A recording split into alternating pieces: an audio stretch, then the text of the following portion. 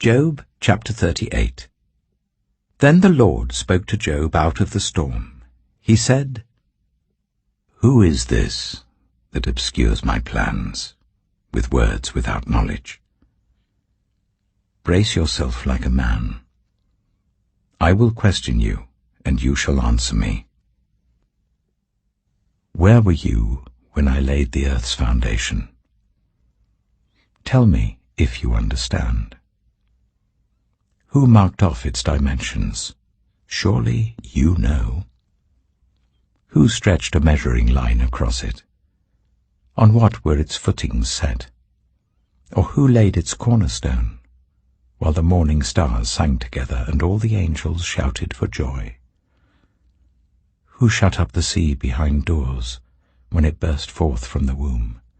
When I made the clouds its garment and wrapped it in thick darkness, when I fixed limits for it and set its doors and bars in place, when I said, 'This far you may come and no farther. Here is where your proud waves halt.' Have you ever given orders to the morning, or shown the dawn its place, that it might take the earth by the edges and shake the wicked out of it? The earth takes shape like clay under a seal. Its features stand out like those of a garment. The wicked are denied their light, and their upraised arm is broken. Have you journeyed to the springs of the sea, or walked in the recesses of the deep? Have the gates of death been shown to you? Have you seen the gates of the deepest darkness? Have you comprehended the vast expanses of the earth? Tell me if you know all this. What is the way to the abode of light? And where does darkness reside? Can you take them to their places? Do you know the paths to their dwellings? Surely you know, for you were already born. You have lived so many years. Have you entered the storehouses of the snow, or seen the storehouses of the hail, which I reserve for times of trouble, for days of war and battle? What is the way to the place where the lightning is dispersed, or the place where the east winds are scattered over the earth? Who cuts a channel for the torrents of rain, and a path for the thunderstorm, to water a land where no one lives, an uninhabited desert, to satisfy a desolate wasteland, and make it sprout with grass? Does the rain have a father?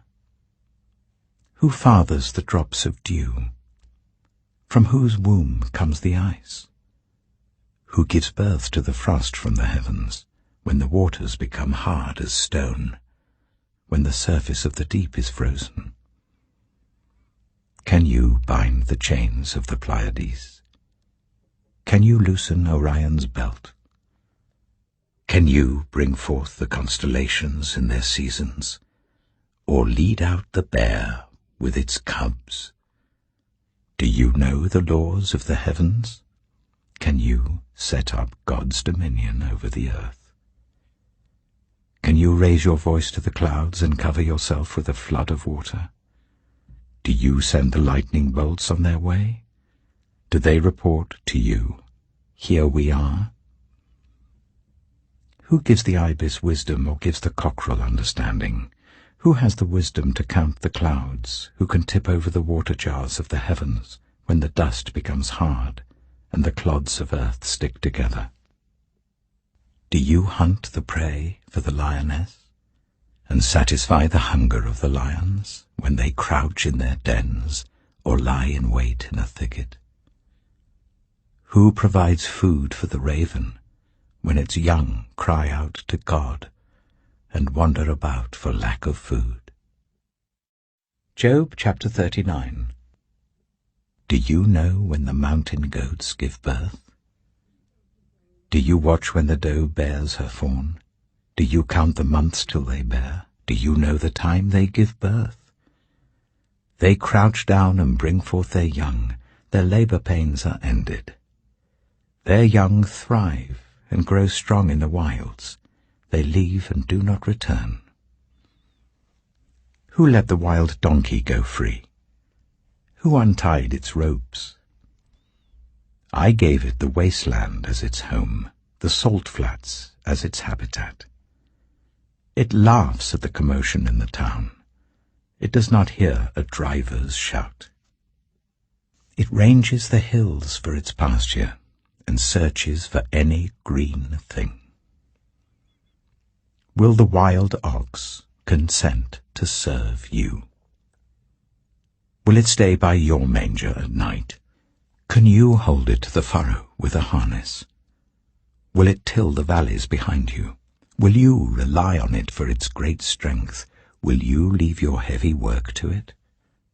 Can you trust it to haul in your grain and bring it to your threshing floor? The wings of the ostrich flap joyfully, though they cannot compare with the wings and feathers of the stork. She lays her eggs on the ground and lets them warm in the sand, unmindful that a foot may crush them, that some wild animal may trample them. She treats her young harshly, as if they were not hers. She cares not that her labor was in vain, for God did not endow her with wisdom, or give her a share of good sense. Yet when she spreads her feathers to run, she laughs at horse and rider. Do you give the horse its strength, or clothe its neck with a flowing mane? Do you make it leap like a locust, striking terror with its proud snorting? It paws fiercely, rejoicing in its strength, and charges into the fray. It laughs at fear, afraid of nothing. It does not shy away from the sword. The quiver rattles against its side, along with the flashing spear and lance. In frenzied excitement, it eats up the ground. It cannot stand still when the trumpet sounds. At the blast of the trumpet it snorts, aha! It catches the scent of battle from afar, the shout of commanders and the battle cry. Does the hawk take flight by your wisdom and spread its wings towards the south? Does the eagle soar at your command and build its nest on high? It dwells on a cliff and stays there at night. A rocky crag is its stronghold. From there it looks for food. Its eyes detect it from afar. Its young ones feast on blood, and where the slain are, there it is. Job chapter 40. The Lord said to Job, Will the one who contends with the Almighty correct him? Let him who accuses God answer him. Then Job answered the Lord, I am unworthy. How can I reply to you? I put my hand over my mouth. I spoke once, but I have no answer. Twice, but I will say no more. Then the Lord spoke to Job out of the storm. Brace yourself like a man. I will question you, and you shall answer me. Would you discredit my justice? Would you condemn me to justify yourself? Do you have an arm like God's, and can your voice thunder like his? Then adorn yourself with glory and splendor, and clothe yourself in honor and majesty. Unleash the fury of your wrath. Look at all who are proud and bring them low. Look at all who are proud and humble them. Crush the wicked where they stand. Bury them all in the dust together. Shroud their faces in the grave. Then I myself will admit to you that your own right hand can save you. Look at Behemoth, which I made along with you, and which feeds on grass like an ox.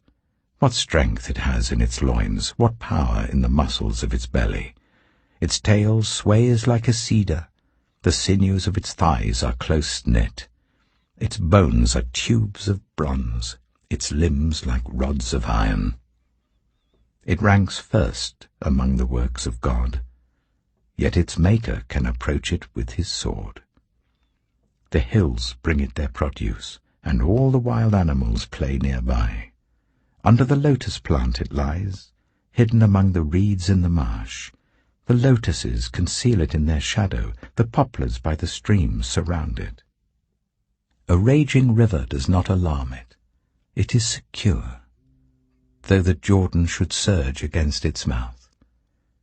Can anyone capture it by the eyes, or trap it and pierce its nose? Job chapter 41. Can you pull in Leviathan with a fishhook, or tie down its tongue with a rope? Can you put a cord through its nose, or pierce its jaw with a hook? Will it keep begging you for mercy? Will it speak to you with gentle words? Will it make an agreement with you for you to take it as your slave for life? Can you make a pet of it like a bird, or put it on a leash for the young women in your house? Will traders barter for it? Will they divide it up among the merchants? Can you fill its hide with harpoons, or its head with fishing spears? If you lay a hand on it, you will remember the struggle and never do it again. Any hope of subduing it is false. The mere sight of it is overpowering. No one is fierce enough to rouse it. Who then is able to stand against me? Who has a claim against me that I must pay? Everything under heaven belongs to me. I will not fail to speak of Leviathan's limbs, its strength and its graceful form. Who can strip off its outer coat? Who can penetrate its double coat of armor? Who dares open the doors of its mouth, ringed about with its fearsome teeth? Its back has rows of shields tightly sealed together. Each is so close to the next that no air can pass between. They are joined fast to one another. They cling together and cannot be parted.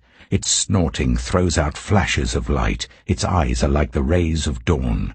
Flames stream from its mouth. Sparks of fire shoot out. Smoke pours from its nostrils as from a boiling pot over burning reeds. Its breath sets coals ablaze, and flames dart from its mouth. Strength resides in its neck, dismay goes before it. The folds of its flesh are tightly joined. They are firm and immovable. Its chest is hard as rock, hard as a lower millstone.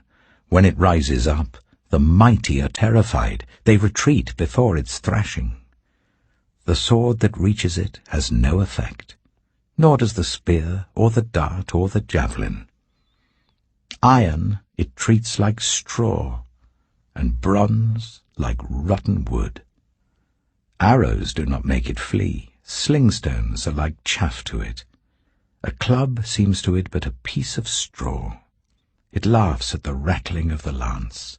Its undersides are jagged potsherds, leaving a trail in the mud like a threshing sledge. It makes the depths churn like a boiling cauldron, and stirs up the sea like a pot of ointment.